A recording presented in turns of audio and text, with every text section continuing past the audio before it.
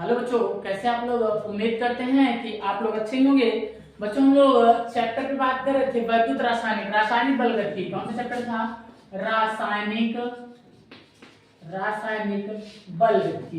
बच्चों एक चीज ध्यान देना, बल गतिकी क्या था? गतिकी। आपने इसमें काफी कुछ अध्ययन कर लिया था।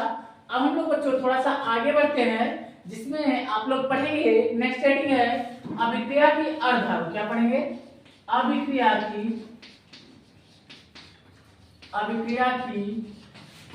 अर्ध आयु। बात तो समझ पा रहे हैं ना? अभिक्रिया की अर्ध आयु। बच्चों क्या होता है अर्ध आयु? अर्ध आयु का मतलब क्या होता है? आधी जो उम्र है। आयु का मतलब क्या होता है? उम्र होता है ना? तो देखो बच्चों, आपके पास में बोला है कि अभिक्रिया की अर्ध आयु मतलब क्या? अभिक्रिया की आधी उम्र क्या होगी? बात को समझ पा रहे ना? यही पूछा है। तो बच्चों हमारे पास डेफिनेशन क्या होगा कि किसी रासायनिक अभिक्रिया को, है ना, किसी रासायनिक अभिक्रिया में, चलिए लिखते हैं, किसी क्या होगा? देखिए, किसी रासायनिक क्या? किसी रासायनिक अभिक्रिया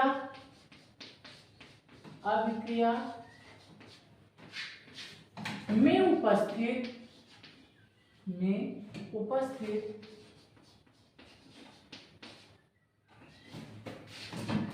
अभिकारक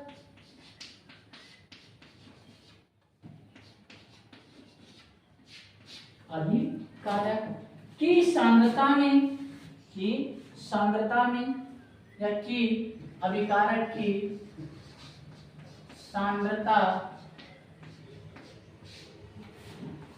को आधा होने में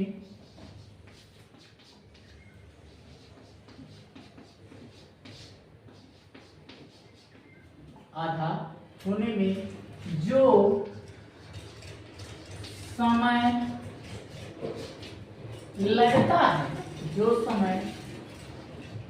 लगता है उसे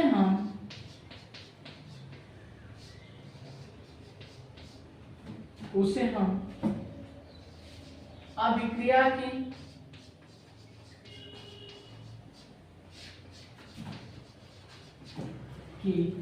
अर्ध आयु कहते हैं। क्या कहते हैं? अर्ध आयु कहते हैं। आपको समझ पा रहे ना? क्या कह रहा है? किसी रासायनिक अभिक्रिया में उपस्थित, क्या कह रहा है कि किसी रासायनिक अभिक्रिया में उपस्थित अभिकारक, क्या? अभिकारक की सांद्रता को आधा होने में जो समय लगता है उसे हम क्या कहते हैं? क्या कहेंगे बच्चों? उसे हम क्या कहते हैं? अभिक्रिया की अर्ध आयु कहते हैं। चलिए बच्चों, अभिक्रिया की अर्ध आयु के लिए हम लोग छोटा सा फार्मूला देखते हैं कि क्या है। आपको समझ पा रहे ना? आइए देखते हैं। आपके पास में क्या था? एक सिंपल सा फार्मूला था किसी भी रासायनिक अभिक्रिया का वेग ज्ञात करने के लिए। तो आपके पास में क्या था? वेग स्थिरांक बराबर क्या था? आइए देखते हैं, इसको मिटाते हैं फिर चर्चा करते हैं। क्या था आपके पास में, है ना? आइए देखते हैं। यहां से था आपके पास में कि अभिक्रिया की सांद्रता में होने वाले परिवर्तन तथा उसके वेग स्थिरांक को हम तथा उसमें लगने वाले समय को हम क्या कहते हैं? वेग स्थिरांक। ये सूत्र था K बराबर concentration of R not minus concentration of R upon क्या था आपके पास में? T था। यही बात थी ना? अब क्या लिखेंगे?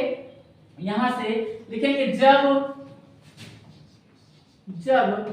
T कितना हो रहा है? करे आधा हो रहा है। कितना हो रहा है? 1/2।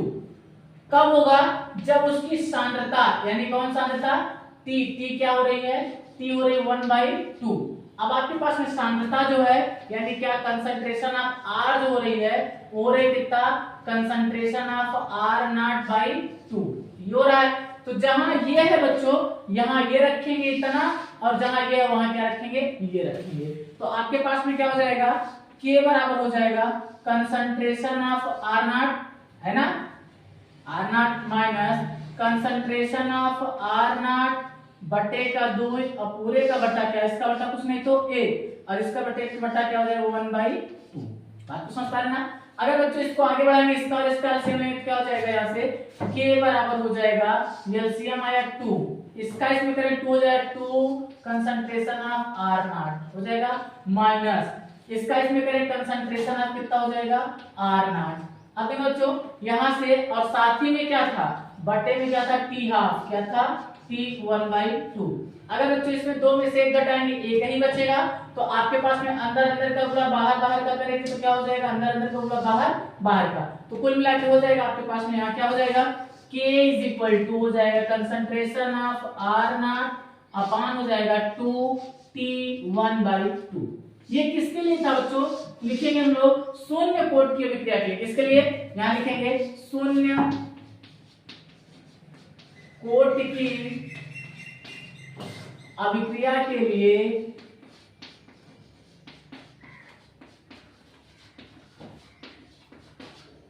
अर्ध आयु का, अर्ध आयु ऐसे लिख लेना, अर्ध आयु का। अच्छा जब यहां से t की वैल्यू निकालेंगे तो ये भाग में चला जाएगा, तो यहाँ टू t हो जाएगा, t हाफ बराबर हो जाएगा, क्या हो जाएगा कंसंट्रेशन ऑफ R नॉट अपान क्या हो जाएगा 2 अपान का k, ये है 2k। आपको समझ पा रहे हो, तो ये किसके लिए बच्चों है, तो अभिक्रिया की अर्ध आयु ज्ञात करने के लिए ये आपके पास में एक छोटा सा फार्मूला है, वो भी किसके लिए, शून्य कोट की अभिक्रिया के लिए। अब हम लोग चर्चा करें किसके लिए, प्रथम कोट की अभिक्रिया के लिए अर्ध आयु, है ना। चलिए इसको मिटाते हैं, फिर हम लोग चर्चा करते हैं प्रथम कोट की अभिक्रिया के लिए अर्ध आयु। आइए देखते हैं क्या लिखना है बच्चों, प्रथम कोट की अभिक्रिया के लिए अर्ध आयु, है ना। आइए देखते हैं हम लोग क्या होता है ना। देखिए एकदम आसान सा चैप्टर है बच्चों, आपको अभिक्रियाओं के ये कुछ क्षण ज्ञात करने हैं, कुछ सूत्र हैं आपके पास में कि अभिक्रिया कितनी तेजी से हो रही है, अभिक्रिया का वेग स्थिरांक क्या है, अभिक्रिया का कितना समय लग रहा है, अर्ध आयु काल क्या होता है, इन सब बारे में चर्चा कर रहे हैं इस चैप्टर में, है ना। तो अब आपके पास में क्या है कि अभिक्रिया की अर्ध आयु क्या लिखना है, प्रथम कोट की एसिडिक बनाना है, प्रथम कोट की अभिक्रिया के लिए, अभिक्रिया के लिए प्रथम कोट की अभिक्रिया के लिए अर्ध आयु, क्या अर्ध आयु, बात को समझ पा रहे ना, क्या लिखना है आपको, प्रथम कोट की अभिक्रिया के लिए अर्ध आयु। आइए देखते हैं बच्चों, प्रथम कोट की अभिक्रिया के लिए आपके पास में छोटा सा सूत्र क्या था, k बराबर 2.303 अपान का क्या था t, और यहाँ था log, यहाँ क्या था concentration of R not upon concentration of R, ये सूत्र था। अब क्या करेंगे बच्चों, हम लोग आगे बढ़ेंगे और यहाँ लिखेंगे कि मान लेते हैं आपके पास में क्या है कि अभिक्रिया की जो सांद्रता थी, अभिक्रिया की सांद्रता या अभिकारक की जो सांद्रता थी R था, वो क्या हो गया है कि आपके पास में कंसंट्रेशन ऑफ R नॉट मतलब हाफ हो गया है, कब जब T आपके पास में कितना हो, T भी 1/2 होता है ना। तो जहां T है वहां 1/2 लिखेंगे, T हाफ लिखेंगे, और जहां R है वहां कंसंट्रेशन ऑफ R नॉट अपान 2 लिखेंगे। तो आपके पास में क्या हो जाएगा, K बराबर क्या मिलेगा 2.303 अपान T 1/2 हाफ हो गया, फिर क्या हो जाएगा log आपके पास में हो जाएगा कंसंट्रेशन ऑफ R नॉट था ही, अब यहाँ हो जाएगा कंसंट्रेशन ऑफ R नॉट अपान का कितना हो जाएगा 2 हो जाएगा। बात को समझ पा रहे ना। अब देखना बच्चों, इसके बटे का बटा कुछ नहीं, तो यहाँ 1 मान लेंगे और अंदर अंदर का गुणा कर देंगे हम लोग, है ना। क्या करेंगे, अंदर अंदर का गुणा बाहर बाहर का, बाहर बाहर वाला क्या हो जाएगा सबसे ऊपर हो जाएगा। तो आपके पास में क्या हो जाएगा देखते हैं, यहां से हो जाएगा ये t, k बराबर हो जाएगा आपके पास में क्या, देखिएगा कि जो भी आपके पास में R नॉट था उसके स्थान पे हम क्या लिखेंगे 1/2 कर देंगे। बात तो समझ पा रहे ना। अब चलिए देखते हैं तो क्या हो जाएगा, यहाँ से ये देखिएगा, ये ऊपर वाला सबसे ऊपर, तो इतना लिख लेते हैं, k बराबर क्या हो जाएगा, k बराबर 2.303 अपान कितना हो गया t हाफ हो गया, कितना हो गया t 1/2 हो गया, फिर कितना हो जाएगा log हो जाएगा आपके पास में 2 कंसंट्रेशन ऑफ R नॉट अपान क्या हो जाएगा कंसंट्रेशन ऑफ आर नॉट हो जाएगा। आर नॉट से आर नॉट कट गया। आपके पास देखो तो ये के क्या कर दीजिए, भाग मिला दीजिए, तो t 1/2 कहाँ हो जाएगा, यहाँ हो जाएगा, और ये हो जाएगा 2.303 अपन क्या हो जाएगा, k हो जाएगा। अब यहाँ देखो बच्चों, बच्चा आपके क्या बचा पास, आपके पास में log 2 बचा। log 2 की वैल्यू कितना, 3010 ना, log 2 की वैल्यू कितना होता है 3010, तो t1/2 2 है ना 303 अपान के इंटू में 0.3010 ऐसे हो जाएगा। इसका हम लोग क्या करेंगे, गुणा कर लेंगे, तो t हाफ बराबर आपके पास में हो जाएगा, क्या हो जाएगा, यहाँ हो जाएगा 0.693 बटे का क्या हो जाएगा की। ये किसके लिए है बच्चों, तो ये आपके पास प्रथम कोटि की अभिक्रिया के लिए अर्ध आयु ज्ञात करने के लिए सूत्र था। बात को समझ पा रहे हैं ना। तो चलिए बच्चों, इसमें इसको हम लोग, आप लोग लिख लिए होंगे, अब हम लोग मिटाते हैं और थोड़ा सा नोट पॉइंट में एक स्टेटमेंट लिखते हैं, क्या है वो देखते हैं, है ना। चलिएगा, इसको मिटा देना बच्चों, तो चलिए मिटाते हैं फिर आगे बढ़ते हैं।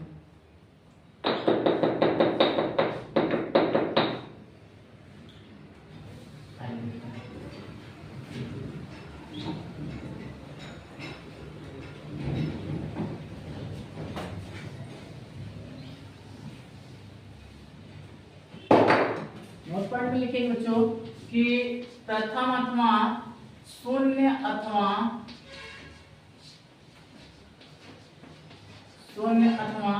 प्रथम कोटि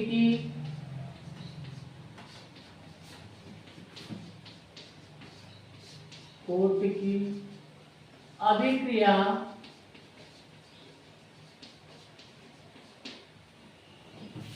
का अर्ध आयु, अभिक्रिया की अर्ध आयु अभिकारक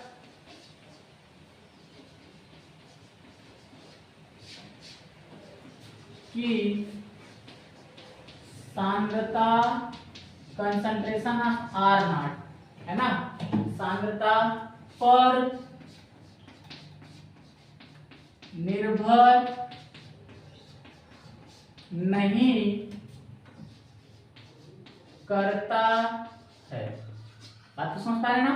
चलिए बच्चों, अब थोड़ा सा हम लोग क्या करते हैं, इसके एग्जांपल्स वगैरह दिए हैं बहुत ढेर सारे, चाहे उसको सॉल्व कर लीजिए और चाहे हम लोग क्या करते हैं, थोड़ा सा आगे बढ़ते हैं और पहले इसको मिटाते हैं फिर आगे चर्चा करते हैं नेक्स्ट नंबर हेडिंग पे, ठीक है। मिटाते हैं फिर हम लोग क्या करते हैं, आगे बात करते हैं। मिटा देते हैं ना, ठीक है। देखिए यहाँ से कह रहा है कि अभिक्रिया की जो वेग है, अभिक्रिया के वेग की ताप पर क्या निर्भरता है, तो रेडी बनेगी क्या, अभिक्रिया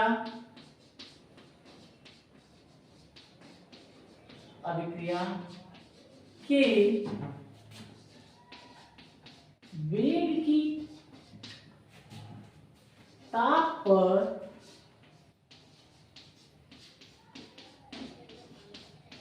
निर्भरता, क्या बोलिए, हेडिंग आपके पास में कह रहे हैं अभिक्रिया के वेग की ताप पर निर्भरता, है ना, कि आपके पास जो अभिक्रिया का वेग है, यानी अभिक्रिया जो हमारी हो रही है, जितनी भी तेजी से हो रही है, अगर उसी अभिक्रिया का अगर हम लोग क्या कर दें, वेग बढ़ाना या घटाना है, अगर ताप उसमें बढ़ा रहे हैं तो अभिक्रिया के वेग पर क्या इफेक्ट पड़ेगा, इसके बारे में हम लोग क्या करेंगे, चर्चा करेंगे। तो चलिए देखते हैं क्या हेडिंग बनी है, अभिक्रिया के वेग की ताप पर निर्भरता क्या होती है। मतलब अभिक्रिया हो रही है, अगर उसमें हम लोग क्या करते हैं, ताप बढ़ा देते हैं अथवा घटा देते हैं, तो क्या कंडीशन आपके पास में आती है। तो लिखेंगे बच्चों, किसी भी रासायनिक अभिक्रिया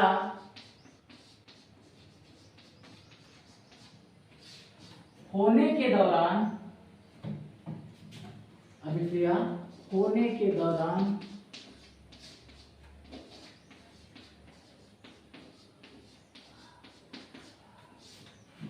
यदि हम अभिक्रिया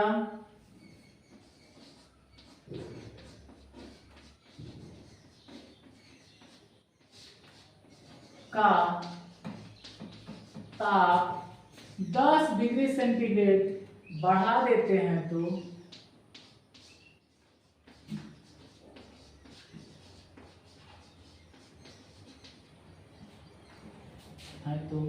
अभिक्रिया का